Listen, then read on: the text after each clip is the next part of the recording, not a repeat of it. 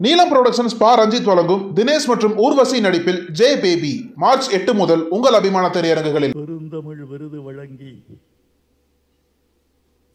என்னை பெருமைப்படுத்தி இருக்கும் இந்த விழாவின் தலைவர், பாயிகாவின் தேசிய தலைவர் டான் ஸ்ரீ விக்னேஸ்வரன் அவர்களே, இந்த விருதுக்காக அல்லும் பகலும் பாடுபட்டு உலகில் எந்த கவிஞனுக்கும் இவ்வளவு பெருமை சேர்ந்திருக்குமா என்று வியக்கும் வண்ணம் என்னை திகைப்பிலும் மலைப்பிலும் ஆழ்த்தியிருக்கும் பாயிகாவின் தேசிய துணைத் தலைவர் டத்தோஸ்ரீ சரவணன் அவர்களே,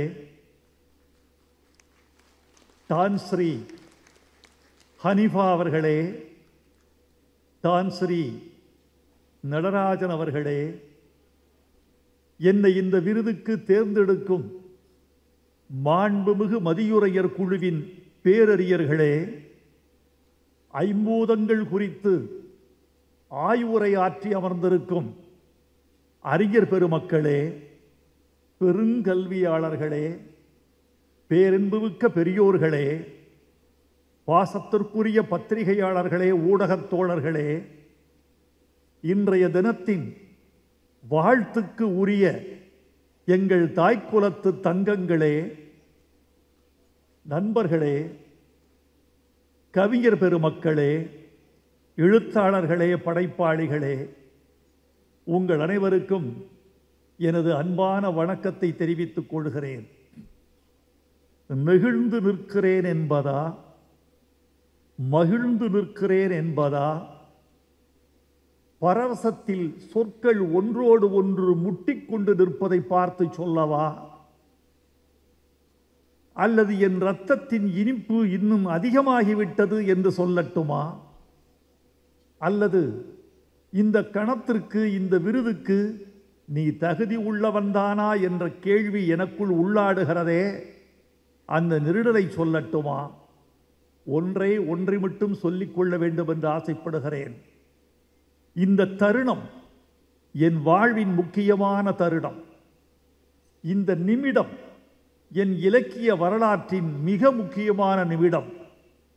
இந்த மேடை, இந்த மக்கள், இந்த மன்றம், இந்த பேச்சாளர்கள் அத்தனை பேரும் என் வாழ்வின் நினைவின் கடைசி சொட்டு நினைவு உள்ளவரை மறக்க முடியாத நிமிடம்.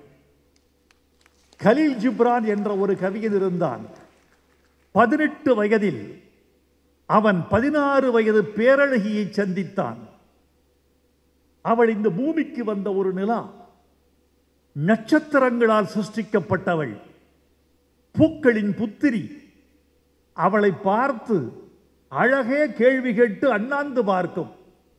அந்த பெண்ணை பார்த்துவிட்டு சொன்னான், அடியே பெண்ணே, 18 வசந்தங்கள், 18 கோடைகள் நான் ஓடி வந்தது இதோ உன்னை காணும் இந்த நிமிடத்திற்காகத்தானா?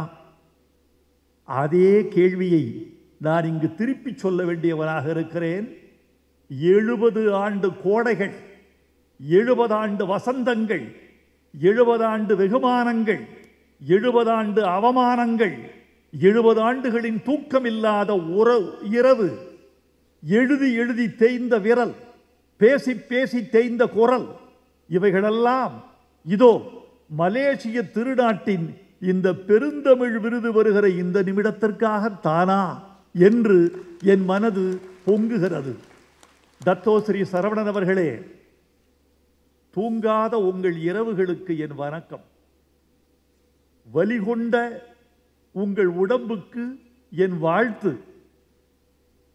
நீங்கள் பெற்ற அவமானங்களுக்கெல்லாம் என் கவிதைகளின் வெகுமானங்கள். உங்களுடைய உழைப்பு, ஆர்வம், இந்த துடிப்பு, ஒரு தமிழ் கவிஞரை கொண்டாட வேண்டும் என்ற இந்த வேகம், அதோடு தமிழை கொண்டாட வேண்டும் என்ற தாகம், இவைகளுக்காக தமிழ் உலகம் உங்களுக்கு கடமைப்பட்டிருக்கிறது. தான் ஸ்ரீ விக்னேஸ்வரன் அவர்களே, இந்த விழாவுக்கு நீங்கள் தோன்றா துணையாக இருந்து, உங்கள் தம்பிக்கு துணை இருந்து, இந்த தம்பிக்கும் துணை இருந்து எங்களை பெருமைப்படுத்திய உங்கள் அன்புக்கு நாங்கள் கடமைப்பட்டிருக்கிறோம். எங்கள் தமிழ்நாட்டு இலக்கிய உலகம் உங்களை வாயார வாழ்த்தி கொண்டாடும். உங்கள் கவிதை பெருமக்களை எல்லாம் கொண்டாடும் என்று நான் நிச்சயம் நம்புகிறேன்.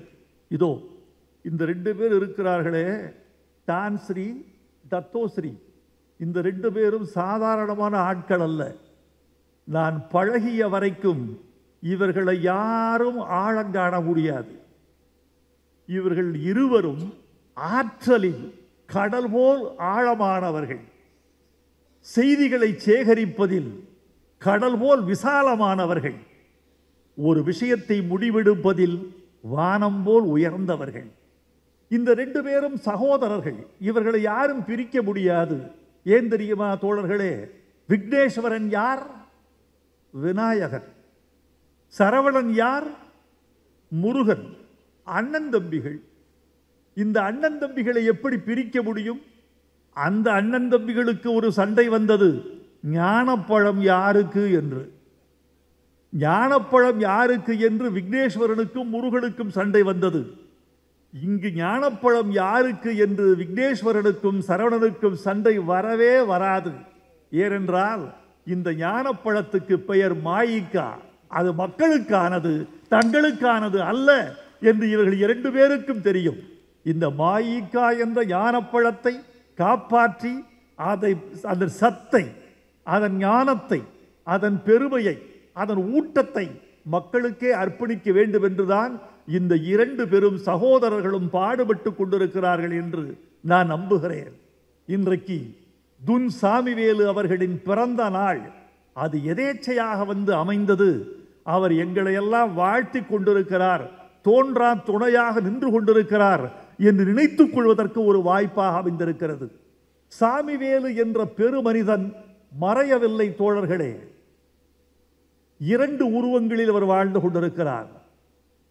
விக்னேஸ்வரன் சாமி நம்பிக்கை உள்ளவர், கடவுள் பக்தியாளர், சமய நெறியாளர். அதனால் சாமிவேலுவின் முதல் எழுத்து 2 எழுத்து அவரிடம் இருக்கிறது. விக்னேஸ்வரன் சாமியாக இருக்கிறார். சரவணன் கையில் வேலு இருக்கிறது.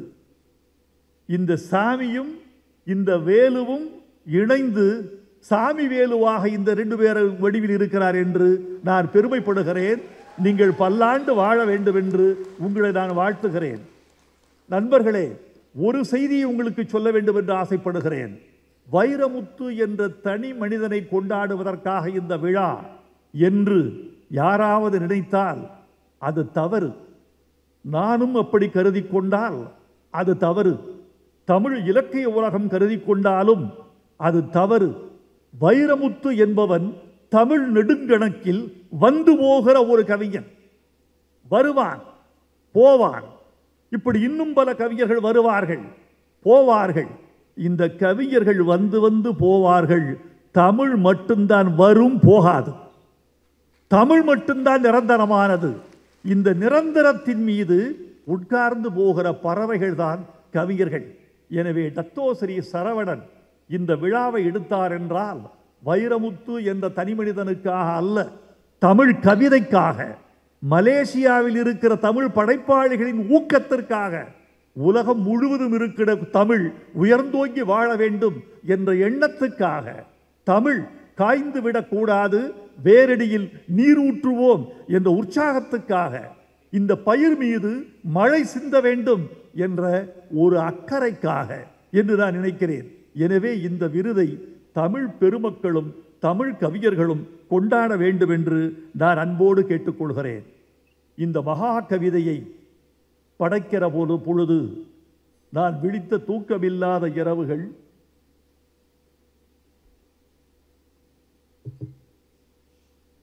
என் உடலும் மனதும் பட்ட வலி, இந்த கவிதை பெருமை பெறுமா சிறுமை உருமா என்ற சந்தேகம், இதை புலவர் உலகம் ஏற்றுக்கொள்ளுமா, இந்த அறிவியல் தமிழை செய்யுள் உலகம் ஏற்றுக்கொள்ளுமா என்ற எனது கேள்வி, கவிதை என்பது கவிதையாகத்தானே இருக்க வேண்டும், அறிவியலாக முடியுமா, அறிவியல் வேறு உலகம், கவிதை வேறு உலகம்.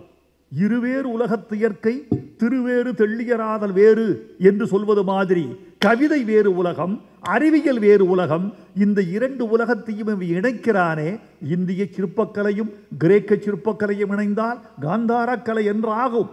ஆனால் தமிழும் அறிவியலும் இணைந்தால் கவிதையாகுமா என்ற கேள்வியை விமர்சன உலகம் வீசுமே. ஏது பதில் சொல்வேன்?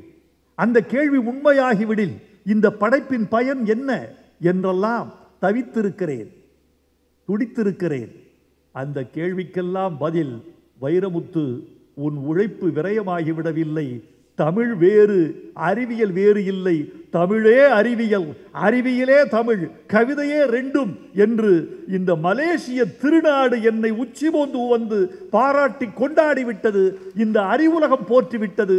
இது போதும் என் மகா கவிதைக்கு, இது போதும் என் விரல்களின் தேய்மானத்தில் இருக்கிற ரத்தம் இனி ஊறிவிடும் என்று நான் உறுதியாக நம்புகிறேன். நன்றி நண்பர்களே. தமிழில் இல்லாததா? இந்த நூல் வைரமுத்து என்ன செய்திருக்கிறார் என்பதை நீங்கள் உணர்ந்து கொண்டீர்கள். இங்கு பேசிய சில பேராசிரியர் பெருமக்கள் மிக அழகாக உரைத்தார்கள். தத்தோஸ்ரீ டான்ஸ்ரீ அவரிடம் சொல்லிக் கொண்டிருந்தேன், உங்கள் நாடு உங்கள் பேராசிரியர்கள் பேச கேட்டு கேட்டு திளைத்து போய், திகைத்து போய், மலைத்து போய், மகிழ்ந்து போய் அமர்ந்திருக்கிறேன். உங்கள் நாடு அறிவியலில் சிறந்த நாடு, அறிவில் சிறந்த நாடு, தமிழில் சிறந்த நாடு. இத்தனை பெரிய பேராசிரியர் பெருமக்கள் இந்த மேடையில் உரையாற்றுகிறீர்கள் என்று சொன்னால் இது அறிவிலும் வளமான நாடு, தமிழிலும் வளமான நாடு. நீங்கள் கொடுத்து வைத்தவர்கள் என்று சொன்னேன். இப்படி தமிழ் என்னும் கடலுக்குள் தரைவரைக்கும் போனவர்கள், அறிவியல் அறிந்தவர்கள், விண்ணையும் மண்ணையும் தமிழால் அளந்தவர்கள் இந்த மேடையில் என்று பேசுகிற பொழுது எனக்கு பெருமை தாங்கவில்லை. இந்த தமிழ் இப்படியெல்லாம் பேசும் என்று யாரும் கருதி இருக்க மாட்டார்கள் தோழர்களே. ஏனென்றால் தமிழில் இல்லாத பொருள் ஒன்று இல்லை. ஆனால் இதில் இல்லாத பொருள் மகா கவிதையில் என்ன இருக்கிறது என்று மட்டும் உங்களுக்கு நான் சொல்லிவிட்டு போக ஆசைப்படுகிறேன். எப்படி மாறுபட்டது? இது எதிலிருந்து வேறுபடுகிறது? இந்த மகா கவிதைக்கு எதற்கு இப்படி உச்சி போந்து உவந்து ஒரு பாராட்டு? என்ன சிங்கார கொண்டை இந்த மகா கவிதைக்கு மட்டும்?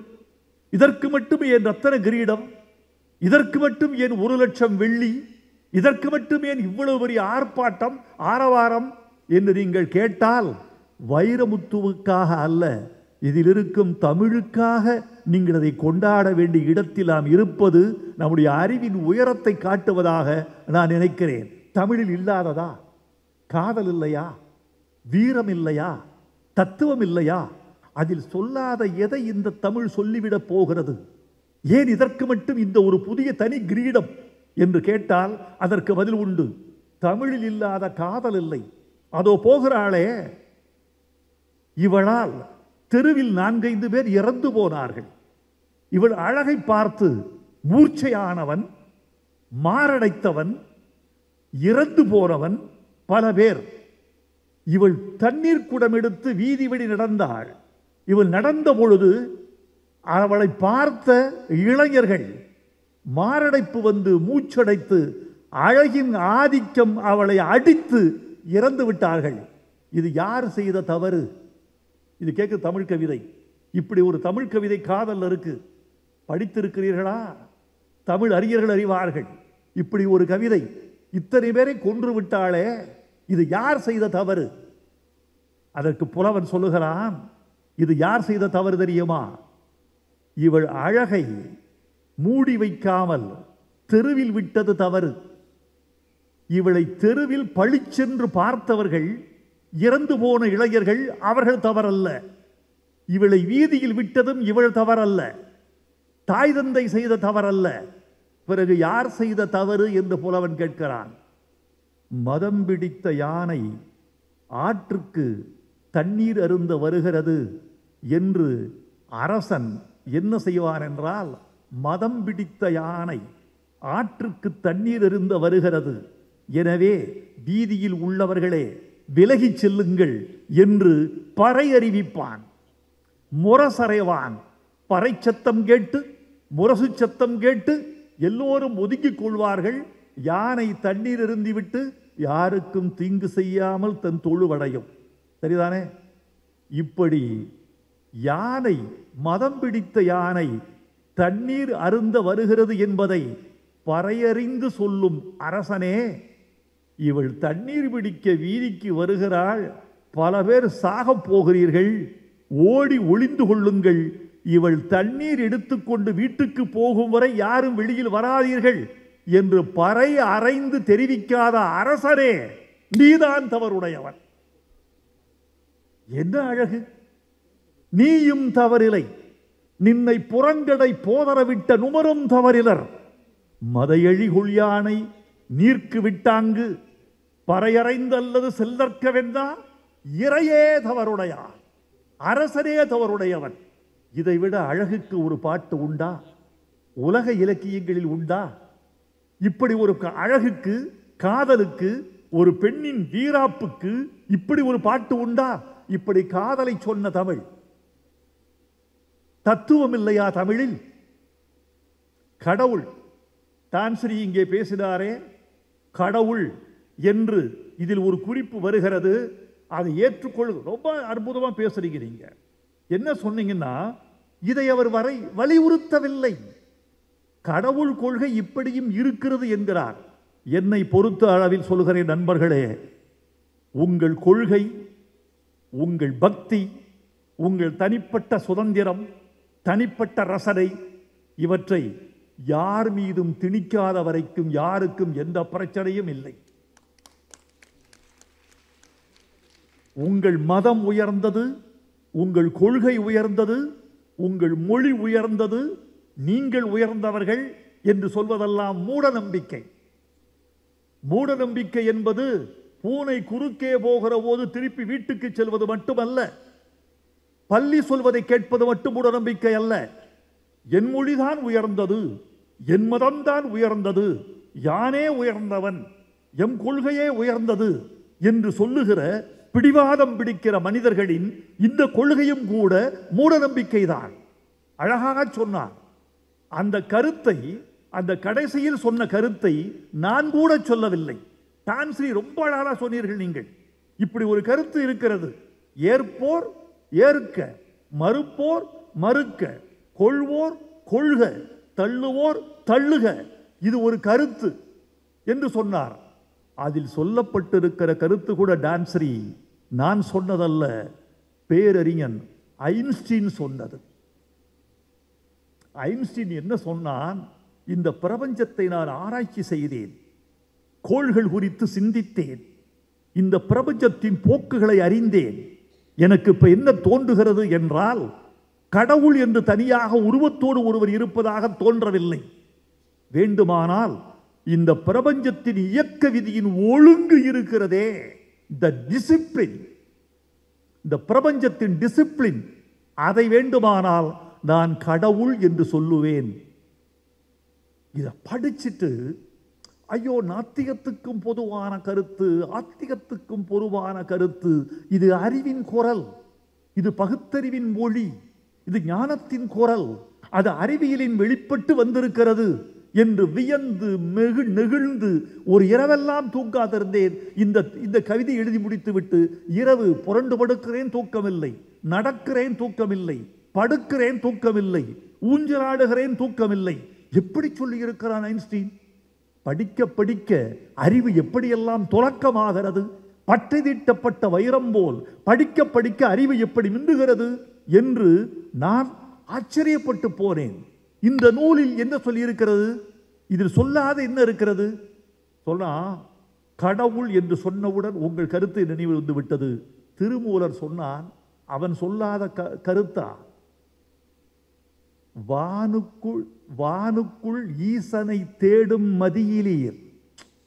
வானத்தில் கடவுள் இருக்கிறார் என்று தேடிக்கொண்டிருக்கிற மானுடா, தேனுக்குள் இன்பம் சிவப்போ கருப்போ?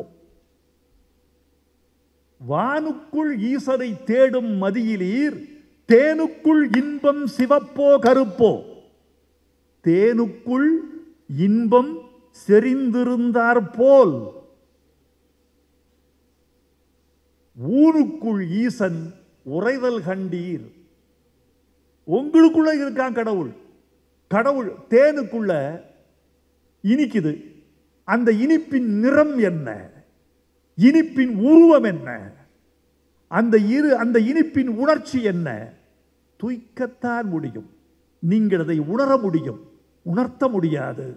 கடவுளும் அப்படித்தான். உணர்வோர் உணர்க, உணராதோர் யாரையும் கேடு செய்யற்க. இவ்வளவுதான் வாழ்க்கை. இப்படி ஒரு தத்துவத்தை திருமூலன் தமிழுக்கு தந்திருக்கிறான். இதைவிட இந்த நூல் என்ன சொல்லுகிறது? வீரம். குளமுற்றத்து துஞ்சிய கிள்ளி வளவன் என்ற சோழன் இறந்துட்டான். அவனை யாருமே வெல்ல முடியாது. படைக்களத்தில் அவரை வென்றவர் கிடையாது. எந்த பகைவனும் அவனை வாழ் கொண்டு அறுக்க முடியாது, வேல் கொண்டு எய்ய முடியாது, வில் கொண்டு துளைக்க முடியாது. எந்த ஆயுதத்திற்கும் எந்த பகைவனுக்கும் அவன் கட்டுப்பட்டவன் அல்ல. அத்தனையும் உடைக்கிறவன். எப்படி செத்தான்? புலவனுக்கு சந்தேகம் வந்துருச்சு. எப்படி செத்தான்? வீரத்துக்கு தமிழன் சொன்னதை பாருங்க. சொன்னா யமன் தான் அவனை ஜெயிச்சுட்டான். யமன் ஜெயித்து விட்டானா? யமன் தான் ஜெயிச்சுட்டான். சண்டை போட்டா. யமன் வந்தாவது சண்டையிடுவதாவது சோழன் குளமுற்றத்து துஞ்சிய கிள்ளி வளவனை கொல்வதாவது. யமனெல்லாம் வந்து அவனை ஜெயிக்க முடியாது. யமனும் ஜெயிக்க முடியாது, யமனும் ஜெயிக்க முடியாது. பிறகு எப்படி செத்தான்? அவன் என்ன பண்ணா? கொடை வள்ளல் இந்த கிள்ளி வளவன். யமன் மாறு வேஷம் போட்டு வந்திருக்கிறான். நான் ஒரு பாணன், பாட்டு பாடி பிழைக்கிறவன். அரசே, உங்கள் மீது ஒரு பாட்டு பாடுகிறேன், எனக்கு ஒரு பிச்சை கொடு என்று கேட்டிருப்பான். ஓ, பாட்டு அழகாக இருக்கிறது, என்ன பிச்சை வேண்டும் என்று அவன் கேட்டிருப்பான். அந்த யமன், மாறு வேஷம் போட்ட யமன் கேட்டிருப்பான், உன் உயிரை பிச்சை கொடு, உன் உயிரை பிச்சை கொடு என்று கேட்டிருப்பான். கிள்ளி வளவன் உயிரை தந்திருப்பான், செத்திருப்பான். இவன் யமனெல்லாம் வந்து ஜெயிக்க முடியாது. சற்றன்றாயினும் செயற்தன்றாயினும் உற்றன்றாயினும் உயிரின்று மாதோ பாடுனர் போல கைதொழுதேத்தி இறந்தன்றாகல் வேண்டும். புலந்தார் மண்டவர் கிடக்கும் தானை திண்டேர் வளவர் கொன்ற கூற்றே. காதல், வீரம், ஈகை, சமயம், கொடை, காமம் தமிழில் சொல்லாததா? இது என்ன சொல்லுகிறது என்றால், இத்தனையும் இருந்த தமிழில் நவீன அறிவியல் இல்லை என்று கவலைப்பட்ட போது பிறந்ததுதான் மகாகவிதை. இந்த மகாகவிதை பெரியது, இந்த மகாகவிதை உயர்ந்தது. நீங்க உட்கார்ந்து இருக்கிறீங்கல்ல, இந்த உண்மையை சொல்றேன். நீங்கள் அமர்ந்திருக்கிறீர்கள் எதன் மீது? ஒரு நாற்காலியின் மீது. அந்த நாற்காலி எதன் மீது கிடத்தப்பட்டிருக்கிறது? தரை மீது. அந்த தரையோடு சேர்த்து உங்கள் ஆயுளை எண்ணி பார்த்தால் எவ்வளவு தெரியுமா? நீங்கள் எதன் மீது தெரியுமா அமர்ந்திருக்கிறீர்கள்? நாற்காலி மீதல்ல, தரையின் மீதல்ல, 450 கோடி ஆண்டுகளின் மீது நீங்கள் அமர்ந்திருக்கிறீர்கள். இந்த பூமியின் வயது 450 கோடி ஆண்டுகள். இன்னும் 450 கோடி ஆண்டுகள் இந்த பூமி சுழலும் என்கிறது விஞ்ஞானம். இதை சொல்லியிருக்கிறான் வைரமுத்து மகாகவிதையில். 450 கோடி ஆண்டுகள் வாழ்ந்தோ இந்த பூமி, இன்னும் 450 கோடி ஆண்டுகள் வாழ வேண்டி இருக்கிறது. நீங்கள் வாழ வேண்டும்.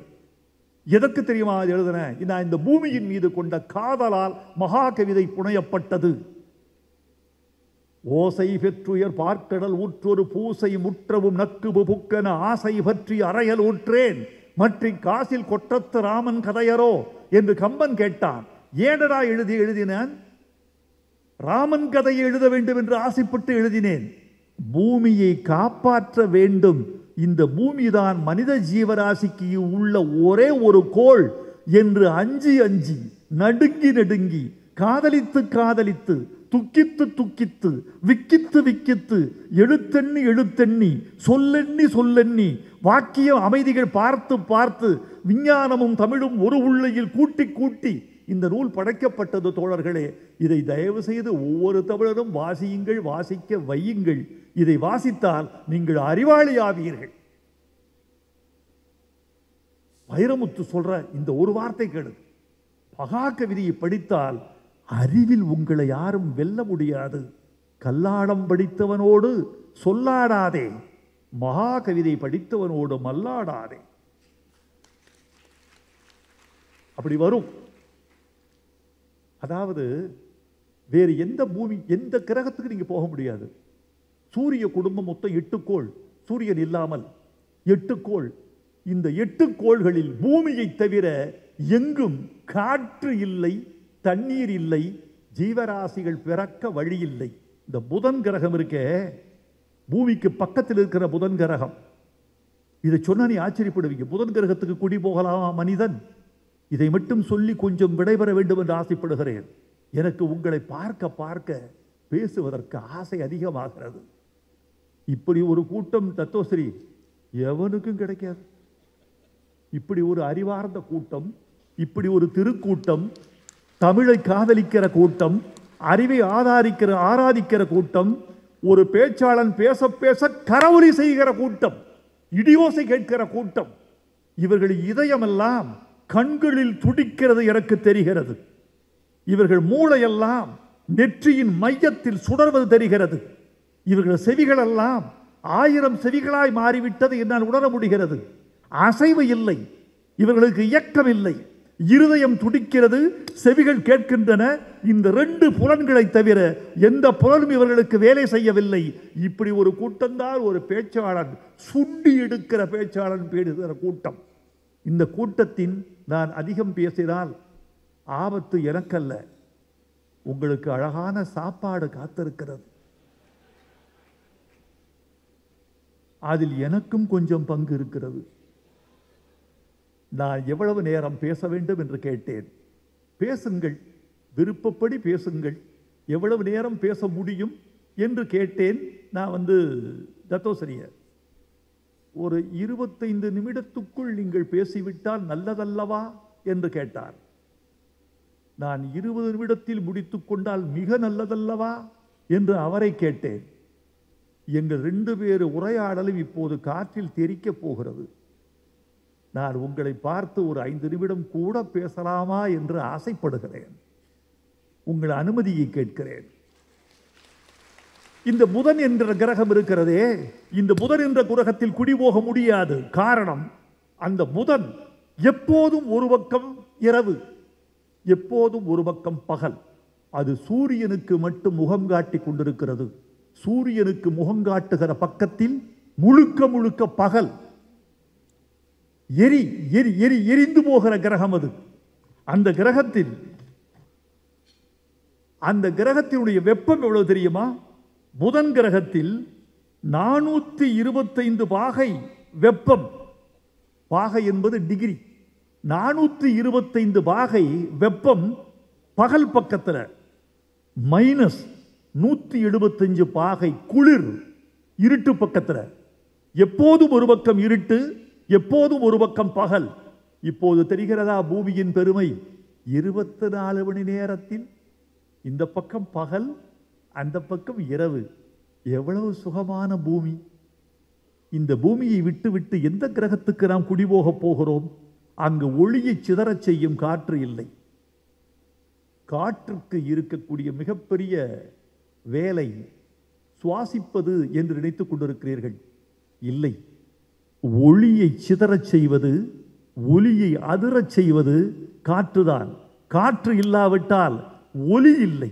காற்று இல்லாவிட்டால் ஒளியின் பயணம் இல்லை. காற்று இல்லாவிட்டால் இந்த பூமி வெறும் மயானம், சுற்றுகிற மயானம், நிசப்த அமைதி கொண்ட மயானம். காற்று இல்லாவிட்டால். காற்றுதான் வைரமுத்து பேசுவது உங்களுக்கு, என் கை அசைவது உங்களுக்கு, இந்த வெளிச்சத்தை சிதறச் செய்கிறது காற்று. அதனால்தான் நீங்களும் நானும் இயங்கிக் கொண்டிருக்கிறோம். அடுத்து வீனஸ் என்ற வெள்ளி இருக்கிறது. இந்த வீனஸ் என்ற வெள்ளி ஓராண்டுக்கு ஒரு முறைதான் சுழல்கிறது. 400 பாகை வெப்பமுடையது இந்த வீனஸ் என்கிற வெள்ளி. இங்கு குடிபோக முடியுமா? அங்கு கடல் உண்டு, எண்ணெய் கடல். வீனஸ்ல கடல் உண்டு, எண்ணெய் கடல். மழை இருக்கிறதான்னு கேட்பீங்க. மழை உண்டு, அமில மழை. அமில மழையும் எண்ணெய் கடலும் கொண்ட வீனஸில் குடி போக முடியுமா? செவ்வாயில குடி போக முடியலாம் என்கிறார்கள். இந்த பூமி அப்படியே பெயர்த்து கொண்டு போய் செவ்வாயில் வைத்து விட முடியுமா? செவ்வாயின் விஷயம் என்ன தெரியுமா? செவ்வாய் ஏன் சிவப்பாக தோன்றுகிறது என்ற ஆராய்ச்சிக்கு விஞ்ஞானிகள் சொல்லுகிற பதில், அதன் மேற்புறம் சிவந்திருக்கிறது. ஏன் சிவந்திருக்கிறது? அது பூரா இரும்பு. இரும்பு ஏன் சிவந்திருக்கிறது? அந்த இரும்பு செவ்வாயில் இருந்த ஆக்சிஜனை குடித்து குடித்து சிவப்பாகிவிட்ட இரும்பு செவ்வாய் நிறத்தில் தோற்றமளிக்கிறது. இதுதான் அங்க செவ்வாயில எப்படி தெரியும்? வாயுமண்டலம் இருக்கிறது. அதில் ஆக்சிஜன் எவ்வளவு தெரியுமா இருக்குது? உயிர்வெளி என்ற ஆக்சிஜன். உப்பில் எவ்வளவு சர்க்கரை இருக்கிறதோ அவ்வளவுதான் அந்த காற்றில் ஆக்சிஜன் இருக்கிறது. எப்படி போவீங்க? செவ்வாயில குடியேறுவீங்க. புற ஊதா கதிர்களை தடுக்க முடியாமல் அது ஒரு பெரிய அணு உலை மாதிரி குதித்துக் கொண்டிருக்கிறது. வியாழன் தான் 8 கோள்களிலும் பெரிய கோள். வியாழன் என்ற ஒரு கோளில் பூமிகளை அடுக்கலாம்.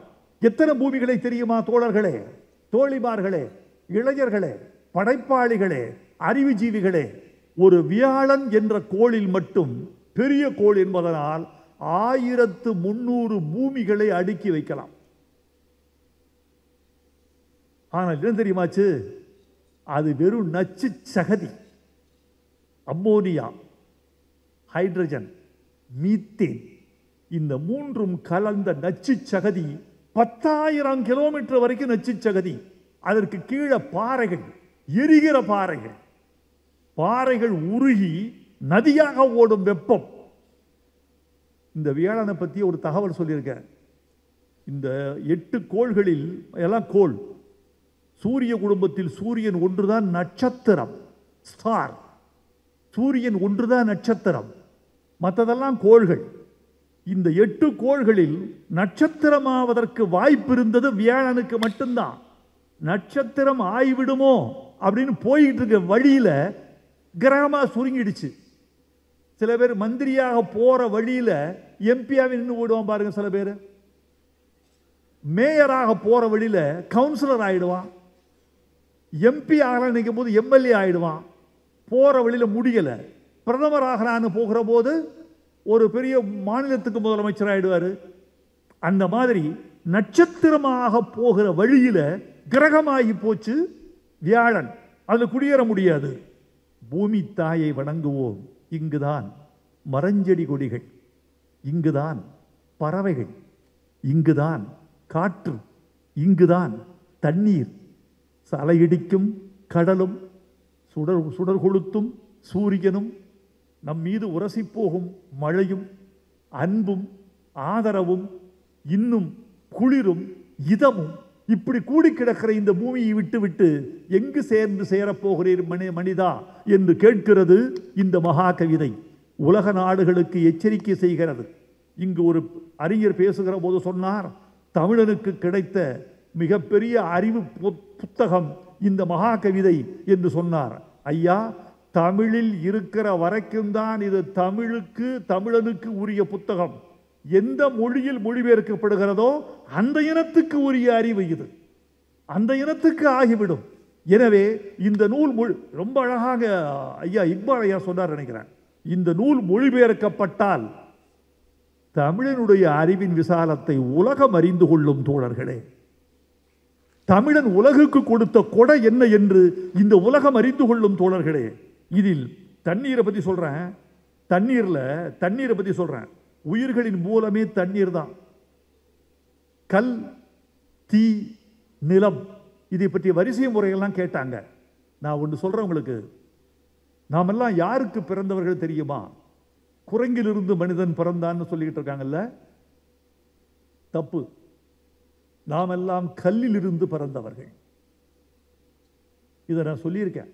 இந்த நூலில் புதுசா என்ன சொல்லியிருக்கேன்னு கேட்குறாங்கல்ல, அவர்களுக்கு நான் சொல்றேன், மனிதன் கல்லிலிருந்து பிறந்தவன். பூமியில நெருப்பு குழம்பு கல்லாச்சு. பல வருஷம் இந்த பூமி ஒளி இல்லாமல் சுத்திக்கிட்டு இருந்தது. வெறும் மயான பூமி சுத்திக்கிட்டு இருந்தது. ஜீவராசிகள் எதுவுமே சுத்திக்கிட்டு இருந்தது. முதல் முறை ஒரு மழை விழுந்தது. முதல் துளி, அந்த முதல் துளி மழையாச்சு. யுகம் யுகமாக பெய்கிறது. அதுக்குள்ள இந்த கல்லாச்சு. கல்லு அப்படியே நெருப்பு குழம்பு கெட்டியாக கல்லாகிவிட்டது. இந்த கல்லை அறுக்கிறது தண்ணீர். மழை ரம்பம் என்று சொன்னேன். சொல்லியிருக்கேன் அந்த சொல்ல. மழை ரம்பம் கல்லை அறுக்கிறது.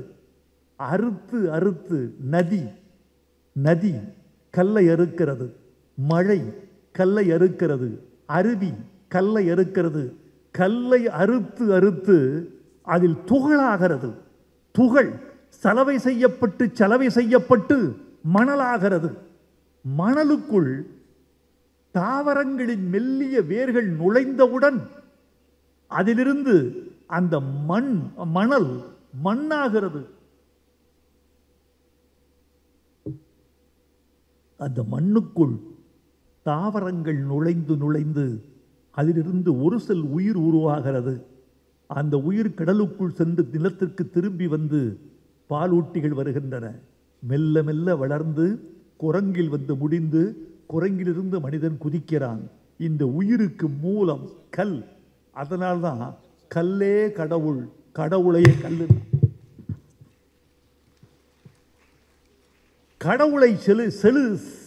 கடவுளை செய்வதற்கு மரத்தை ஏன் தேர்ந்தெடுக்கவில்லை மனிதன்? நெருப்பை ஏன் தேர்ந்தெடுக்கவில்லை மனிதன்? வேறு திடப்பொருளை ஏன் இரும்பை ஏன் தேர்ந்தெடுக்கவில்லை மனிதன்? வைரத்தை ஏன் தேர்ந்தெடுக்கவில்லை? தங்கத்தை ஏன் தேர்ந்தெடுக்கவில்லை?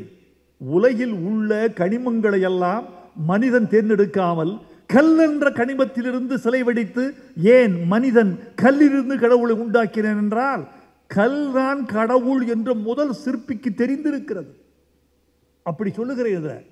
இப்படியெல்லாம் இதில் சொல்லி சொல்லி பார்க்கிறேன். தண்ணீரை பற்றி சொல்லுகிற போது நாமெல்லாம் தண்ணீரில் இருந்து பிறந்தவர்கள். முதல் உயிர் பிறந்தது தண்ணீரில், கடலில். நாமெல்லாம் கரையேறி வந்த கடல்கள். எப்படி சாட்சின்னு கேட்குறீங்களா? உங்கள் கண்ணீரை ருசித்து பாருங்கள். உப்பு. இந்திரியத்தை சோதித்து பாருங்கள். உப்பு. வேர்வையை ருசித்து பாருங்கள். உப்பு. இரத்தத்தை சோதியுங்கள். உப்பு. இந்த உப்பெல்லாம் கடலிலிருந்து தெரித்து விழுந்த ஜீவராசி மனிதன் என்பதற்கு அடிப்படை ஆதாரங்கள் என்று சொல்லுகிறேன். இதை உங்கள் பிள்ளைகளோடு விவாதியுங்கள். உங்கள் பிள்ளைகளை அறிவாளியாக்குங்கள். அதற்கு முன் ஒரு வார்த்தை. டான்சிரியோடும் தத்தோசிரியோடும் காலையில் அவரோடு சிற்றுண்டி அருந்திக் கொண்டு பேசிய பொழுது நான் தீவிரமாக கேட்டேன், தமிழ் பள்ளிகள் எத்தனை, ஏன் குறைகின்றன? தமிழ் பள்ளிகள் மொத்தம் 530, இன்னும் சிலது குறைவதற்கு வாய்ப்பு இருக்கிறது, என்ன காரணம் என்று கேட்டேன். அவர்கள் சொன்ன காரணம், தமிழர்கள் குழந்தை பெற்றுக் கொள்வதில் கூச்சப்படுகிறார்கள். பிள்ளைகள் இல்லாமல் எப்படி தமிழ் பள்ளி எடுக்கும்? பெற்றோர்கள் கொண்டு போய் தமிழ் பள்ளிகளில் தங்கள் குழந்தையை சேர்க்காமல் எப்படி தமிழ் பிள்ளைகள் அங்கு படிப்பார்கள்? ஆகவே தமிழர்களே, தயவு செய்து மக்கட்பேருக்கு ஏற்பாடு செய்து கொள்ளுங்கள். நிறைய பிள்ளைகளை பெற்றுக் கொள்ளுங்கள். தமிழ் வளர வேண்டும் என்றால் தமிழன் வர வேண்டும். தமிழ் வளர வேண்டும் என்றால் தமிழ் பிள்ளைகள் வர வேண்டும். தமிழ் இனத்தையும் பெருக்கிக் கொண்டால்தான் தமிழ் மொழியையும் பெருக்கிக் கொள்ள முடியும். தமிழன் அறிவை பெருக்கிக் கொண்டால்தான் தமிழ் இந்த உலகத்தில் உயிர் வாழ முடியும். இது அறிவு தலைமுறை, கல்வி தலைமுறை. ஆகவே தமிழர்களே, இந்த அறிவு கருத்துக்களை எல்லாம் பிள்ளைகளோடு விவாதியுங்கள். பெற்றோர்கள் பேசியுங்கள். 2 நண்பர்கள் சந்தித்துக் கொண்டால் முதலில் பேசுவது அரசியல், அடுத்து ஆன்மீகம், அடுத்து சினிமா. இந்த 3 தானே பேசுகிறீர்கள். வயதுதோறும் மாறுபடும். காதல், ஒரு குறிப்பிட்ட காலத்தில் 2 பையன்கள் சந்தித்துக் கொண்டால் காதல், கொஞ்சம் வயதானால் அரசியல், அப்புறம் கொஞ்சம் அதிகமானால் ஆன்மீகம், அதற்கு கொஞ்சம் அதிகமானால் வேறு வேறு பக்தி, அது வயது அப்படி வருகிறது. 2 தமிழர்கள் சந்தித்துக் கொண்டால் திருக்குறள் பேசுங்கள், இந்த அறிவியல் பேசுங்கள். இந்த அறிவியல் தமிழை கொண்டு போய் ஒரு தலைமுறையோடு சேருங்கள் என்று உங்களுக்கு சொல்லிக்கொள்ள வேண்டும் என்று ஆசைப்படுகிறேன். நண்பர்களை, நீங்கள் கேட்கலாம், இதனால் உங்களுக்கு என்ன லாபம் என்று கேட்கலாம். இதில் எனக்குள்ள லாபம் எல்லாம் முதலில் நான் அறிவாளியாக முயற்சி செய்தது. முதல் லாபம். கற்க கற்க நான் மெல்ல அறிவாளியாவதற்கான முயற்சி இது. ஏன் புத்தகம் எழுதினாய்? யான் பெற்ற இன்பம் பெருக இவ்வையகம். ஒரு ஆடு மாடு மேய்த்து கொண்டிருந்த வைரமுத்துவே அறிவாளியாக முடியும் என்றால் எங்கள் அறிவு தமிழர்கள் ஏன் அறிவாளியாக கூடாது என்று எங்கள் தலைமுறையை நான் கொண்டாடுகிறேன். இது 500 வருஷத்துக்கு மேலேயும் பேசப்படுது இந்த புத்தகம். என் எல்லா புத்தகமும் பேசப்படுமான்னு தெரியாது. ஆனால் மகா கவிதை 500 1000 வருஷங்களுக்கு கூட பேசப்படும். இதில் உள்ள கருத்துக்கள் பிற்காலத்தில் திருத்தப்படும். அப்படி திருத்தப்பட்டால் இது வாழும். திருத்த வேண்டும். இது திருத்த திருத்த அறிவு மேம்படும் என்று அர்த்தம். இந்த விஞ்ஞான முடிவுகளை நாளை ஒரு தலைமுறை மாற்றும். சூரியன் தான் பூமியை சுற்றி வருகிறது என்பது பழகாலமாக சொல்லப்பட்டு வந்த கருத்து. ஒருவன் இல்லை, சூரியனைத்தான் கோள்கள் சுற்றுகின்றன என்று ஒரு கருத்தை புரட்டி போடுவதற்கே சில யுகங்கள் தேவைப்பட்டன. மகாகவிதையின் கருத்துக்கள் ஒரு காலத்தில் மாற்றப்படும். மாற்றப்பட்டால் தலைமுறையின் அறிவு வளர்கிறது என்று பொருள். அப்படி இந்த தலைமுறையின் அறிவு வளர வேண்டும். நீங்கள் கேட்கலாம், பாட்டும் எழுதுகிறாய், படைப்பும் செய்கிறாய், உனக்கு எது மகிழ்ச்சி, படைப்பா பாட்டா என்று கேட்டால் படைப்பு தான் எனக்கு மகிழ்ச்சி. பாட்டு என்பது சமரசங்கள் உடையது. பாட்டு என்பது ஒரு 3-4 பேர் கூடி தீர்மானிக்கிற சம்பவம். ஒருவர் கதை சொல்லுகிறார், ஒருவர் மெட்டு சொல்லுகிறார், ஒருவர் சூழல் சொல்லுகிறார், ஒருவர் பாட வருகிறார். 4-5 பேர் கூடி சம்பாதிக்கிற ஒரு கலை பாட்டு. ஆனால் மகாகவிதையின் ஒவ்வொரு வரியும், ஒவ்வொரு வார்த்தையும், ஒவ்வொரு எழுத்தும் வைரமுத்து என்ற படைப்பாளியால் மட்டும் தீர்மானிக்கப்பட்டவை. இதில் யாருடைய தலையீடும் இல்லை. இதில் யாருடைய தலையீடும் இல்லை. இதன் பெருமைக்கும் நானே பொறுப்பு, இதன் சிறுமைக்கும் நானே பொறுப்பு.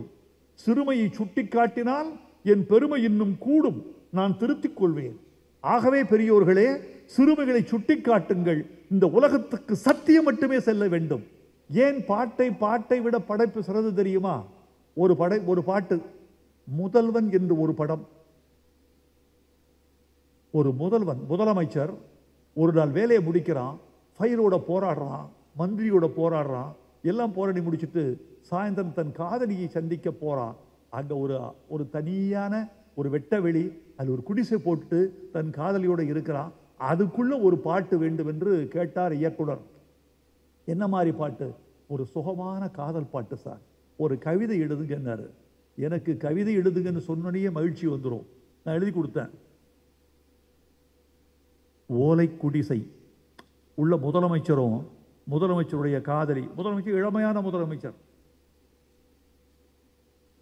அவர் சொல்றார், ஓலை குடிசை, ஒற்றை ஜன்னல், துண்டு வானம், தூரத்து மேகம், கையில் வெற்றிலை, நிறைய மல்லிகை, கிழிந்த பாயில் கிளியோ பாற்றா, இந்த வாலை குமரியும் ஓலை குடிசையும் போதும் போதும் எனக்குன்னு எழுதின.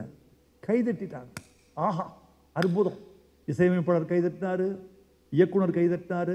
அற்புதம். எப்படி சார் உட்கார்ந்த இடத்துல வருது? கவிதை எழுத சொன்னால் எழுதிடுவேன், பாட்டு எழுத சொன்னால் தாமதம். உடனே ஒலிப்பதிவு செஞ்சிட்டோம். உடனே கூட்டு பாடிட்டாங்க. இரவெல்லாம் ஒலிப்பதிவு. நாளைக்கு அடுத்த நாள் ஷூட்டிங். இரவெல்லாம் ஒலிப்பதிவு. 5 மணிக்கு நான் வீட்டுக்கு போகிறேன். காலையில் ஒலிப்பதிவில் முடியுது. அதிகாலை 5 மணிக்கு போகிறேன். பாட்டு பிரமாதம் சார், இந்த படத்திலே பெஸ்ட் சாங் சார் எல்லாரும் சொல்கிறாங்க. நான் வீட்டுக்கு போய் ஒரு 5 மணிக்கு போனவன் ஒரு 2 மணி நேரம் தூங்கி எடுத்துக்கலாம்னு படுக்கைக்கு போகிறேன். படுக்கைக்கு போன 10வது நிமிஷம் எனக்கு ஒரு தொலைபேசி, அவசரமாக புறப்பட்டு வாங்க. உடனே பல்லு விளக்கிட்டு திருப்பி போகிறேன். என்னன்னு, தயவு செய்து இந்த பாட்டு வேணாம் சார், பாட்டு பிரமாதம் சார், இந்த பாட்டு வேணாம் சார். ஏன்பா? அதுக்கு அவர் சொன்ன பதில், சார் இது முடிஞ்சோன்னு கிளைமாக்ஸ், இந்த காதலன் காதலி சந்தித்து முடிச்சோடனே வெடிக்க போகுது, அங்கிருந்து கிளைமாக்ஸ் ஆரம்பிக்க போகுது. இந்த பாட்டு ரொம்ப சுகமான மெலடியாக போட்டிருக்கோம், ரொம்ப ஸ்லோவாக இருக்கு, அழகாக இருக்கு. கிளைமாக்ஸுக்கு முன்னாடி இந்த மெலடியோஸ் பாட்டு இருந்துச்சுன்னா அநேகமாக தியேட்டரில் எழுந்துருவான். என் கிளைமாக்ஸை பார்க்க ஆள் இருக்காது. கிளைமாக்ஸை பார்க்க ஆள் இல்லைன்னா என் படம் எப்படி ஓடும்? இந்த பாட்டில் இருக்கிறது படத்தின் வெற்றியும் தோல்வியும். அதனால் மாற்றி கொடுங்க. எப்படி பாட்டு வேணும்? ஒரு ஃபாஸ்ட் நம்பர் சார், துள்ளல் பாட்டு, அடித்தடி கலாட்டா, கூத்து கும்மாளம் அப்படி வேணும். அதுக்கு எழுதப்பட்ட பாட்டு தான் உப்பு கருவாடு, ஊற வச்ச சோறு, ஊட்டி விட நீ வேணும் எனக்கு, முத்தமிட்டு நெத்தியில் மார்புக்கு மத்தியில் செத்து விட தோணுதடி எனக்கு. இந்த பாட்டு முதல் பாட்டு என் கவிதை. அது பலியான இடத்தில் ஒரு கூத்துப்பாட்டு. அங்கே படைப்பாளன் இல்லை, ஒரு பாடலாசிரியர் இருக்கிறான். மகா கவிதைக்குள்ளே முழுக்க முழுக்க முழுக்க ஒரு படைப்பாளி மட்டுமே இருக்கிறான். இந்த படைப்பாளி மட்டுமே இருக்கிற இந்த படைப்பை நீங்கள் கொண்டாட வேண்டும். தத்தோசரி அவர்களே, நான் என் பேச்சின் நிறைவுக்கு வருகிறேன். என் வாழ்க்கையில் இது ஒரு கல்வெட்டு. இந்த நாள் மார்ச் 8, உலகமெல்லாம் உலக மகளிர் தினம் கொண்டாடுகிற இந்த நாளில் உலக கவிதை தினம் கொண்டாடிவிட்டு இருக்கிறீர்கள். தத்தோஸ்ரீ சரவணன் அவர்கள் சென்னைக்கு வந்தால் அவரை நாங்கள் பார்ப்பதே அரிதாகி விடுகிறது. ஏன் தெரியுமா தோழர்களே? மலேசியாவில் அவருக்கு எவ்வளவு செல்வாக்கோ சென்னையில் அவருக்கு அவ்வளவு செல்வாக்கு. அவரை பார்க்க வருவதற்குள் நாங்கள் இப்போது வரலாமா அப்போது வரலாமா என்று நேரம் கேட்க வேண்டியிருக்கும். நாங்கள் சாப்பாடு பரிமாற ஆசைப்படுகிறோம் என்றால் அவரிடம் தேதியும் நேரமும் வாங்காமல் அவருக்கு நாங்கள் உணவு பரிமாற முடியாது. துன் சாமிவேலுக்கு பிறகு தமிழ்நாட்டில் அறியப்பட்ட தமிழ் தலைவர்கள் இருவர். ஒருவர் டான்ஸ்ரீ நம்முடைய விக்னேஸ்வரன் அவர்கள். அரசியல் வட்டாரத்திற்கு அவரை அழகாக தெரியும். பொதுமக்கள் வட்டாரத்திற்கும் தெரிந்த ஒரு பெயர் தத்தோஸ்ரீ சரவணன் அவர்கள்.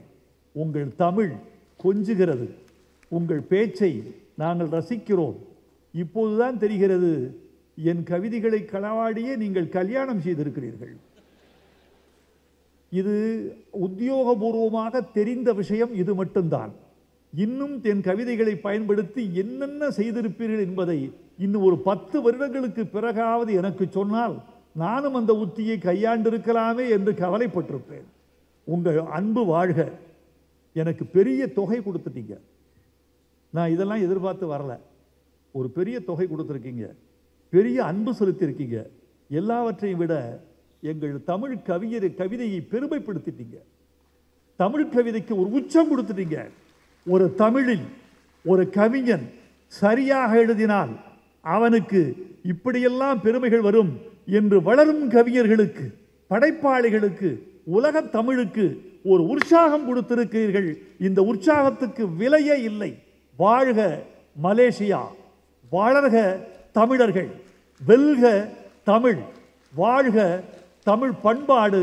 இந்த விழாவுக்கு நன்றி, வந்திருக்கிற உங்களுக்கு நன்றி, பேச்சாளர்களுக்கு நன்றி, மதியுரையர் குழுவுக்கு நன்றி, இந்த ஐம்பூதங்களை பற்றி பேசிய 50 அறிஞர்களுக்கும் நன்றி. வணக்கம். வாழ்க.